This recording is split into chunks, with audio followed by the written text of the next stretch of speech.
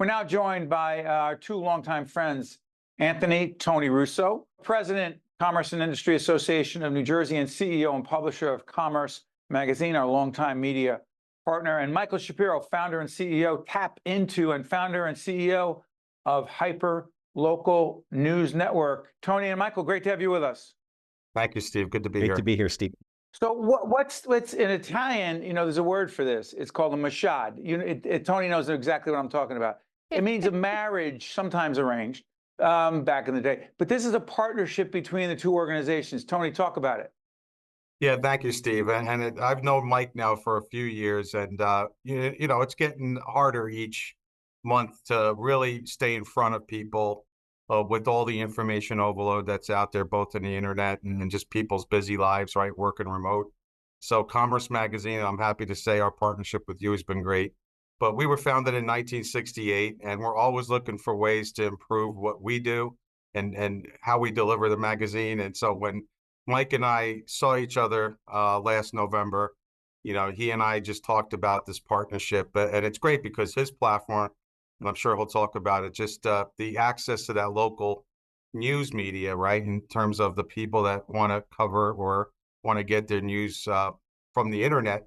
Mike's platform is great that way. So when we signed the partnership with Mike, launched about 3 months ago, it's been nothing but great news in the sense that our exposure now, to the local communities that Mike serves with his platform has just been great. So, and it's a way to deliver the business stories that we capture to his audience.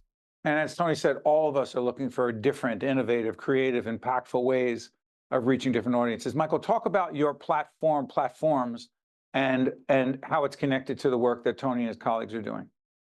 Sure, Steve. I founded, TAPinto now about 15 years ago. And about 10 years ago, we started franchising to enable people to start local news sites in their communities.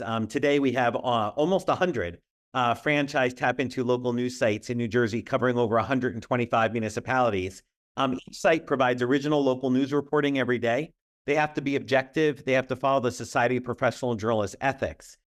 Recently, over the last year or so, I've been approached by a number of print newspapers, radio stations, one-off hyperlocal news sites who have said to me, hey, we love your platform. We'd love to be part of it. But A, we want to be able to keep our own branding.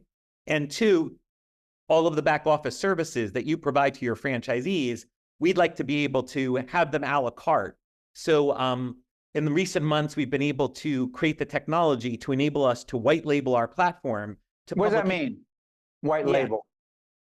Basically, it enables us to provide our platform to Commerce Magazine so that they're able to be on our platform, seamlessly share content and sell advertising between all of the publications in the network, yet 100% keep their own branding.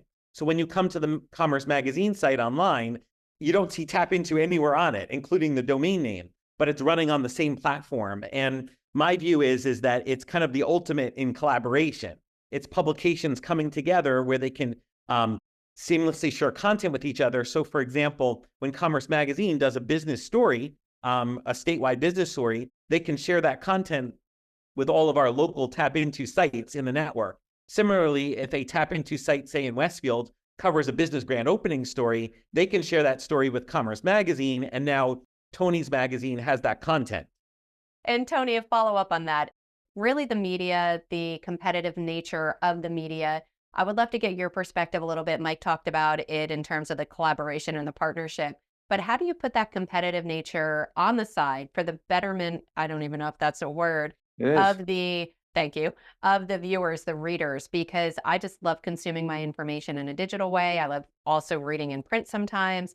So Tony, talk a little bit about how you put any type of competitiveness aside to collaborate for the people. Yeah, it's a great question, Mary. And I see Mike's platform again as an advantage to Commerce Magazine because we publish once a month, right? So the stories that we track down and develop, they have to have a longer shelf life because it comes out each month.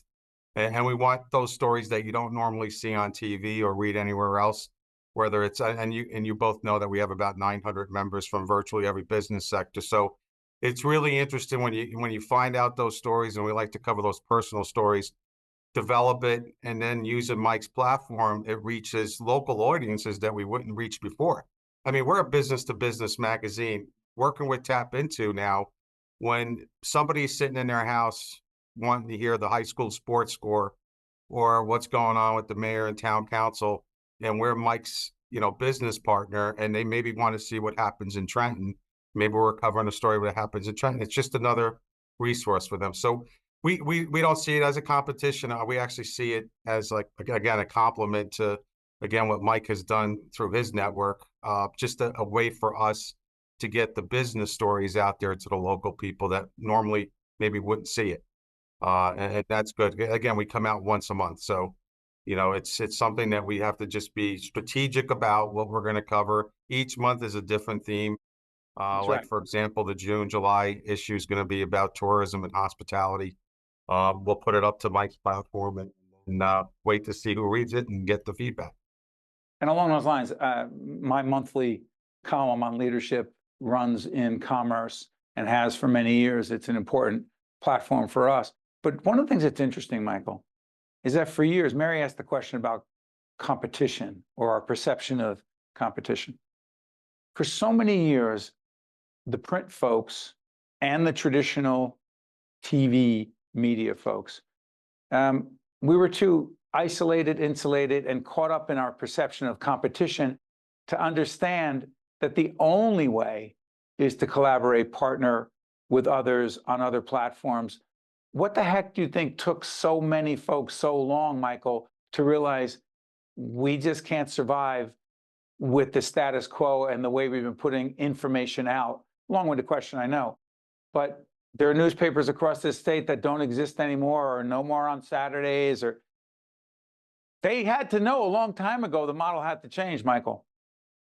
Yeah, I mean, the writing's been on the wall for a long time, but I think that people who have been doing something for a very long time tend to do things the same way for a very long time.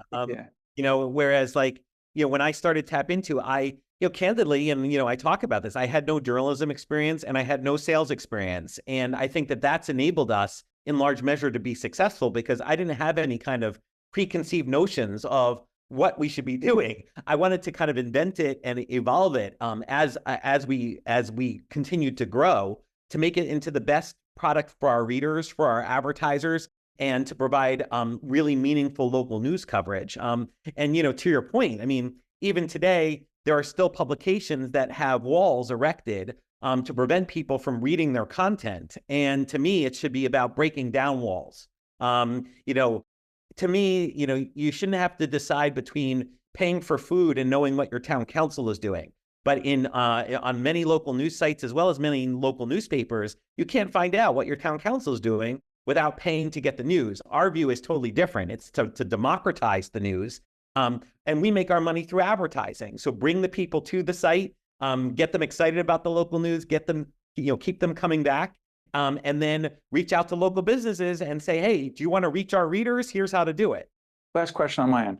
Michael, you started 15 years ago with TAPinto, right? Yeah. Is this what you thought it would be, or did you not have any idea what it could or would be? No, I really had no idea what it could or would be. My original thought, like I had started it in New Providence, New Jersey, and then within a few weeks, people in Berkeley Heights and Summit reached out to me and said, hey, we heard about this. Can you start it in our town?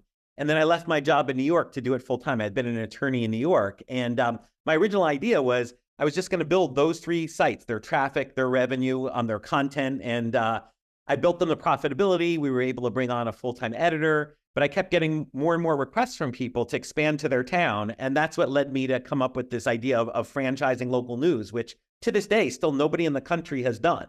But to me, that's how you keep local news local, yet provide the infrastructure and support to publishers so that they're not worried about, oh, I need to invoice that client. I need to design this ad. They can focus on news and the advertising, and everything else is done for them.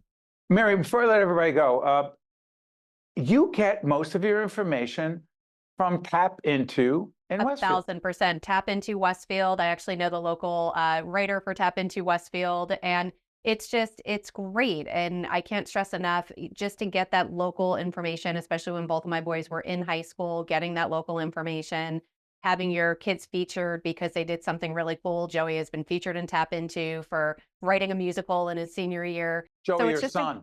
My son, Joey. And but it's just a great platform. So bravo to both of you now working together, collaborating when so many other people are out there just trying to butt heads. So it's really exciting and refreshing to see. Butting heads is so boring and unproductive. To Tony, to Michael, can't thank you enough. And Tony, let me just say this. You've been a great longtime media partner and you've helped expand our audience and our brand, and hopefully it's mutual. Thank you. And Michael, wish you and your team all the best as well. Stay with us, folks. We'll be right back. One-on-One with Steve Adubato is a production of the Caucus Educational Corporation, celebrating 30 years in public broadcasting. Funding has been provided by NJM Insurance Group, RWJ Barnabas Health, Let's Be Healthy Together, New Jersey Sharing Network, the Turrell Fund, a foundation serving children, the Russell Berry Foundation, IBEW Local 102, the Port Authority of New York and New Jersey, Horizon Blue Cross Blue Shield of New Jersey, and by the Fidelco Group. Promotional support provided by NorthJersey.com and Local IQ, and by New Jersey Globe. If you register as an organ donor, you have the potential of saving up to 8 lives. And my neighbor passed away. His eyes were actually donated, and that person now can see. Not only can you save a life, but if something should happen to me and I'm no longer here, I know that in some small part, I'll live on in someone else. Say yes, save lives. Say yes, save lives. Say yes, save lives. Be an organ and tissue donor.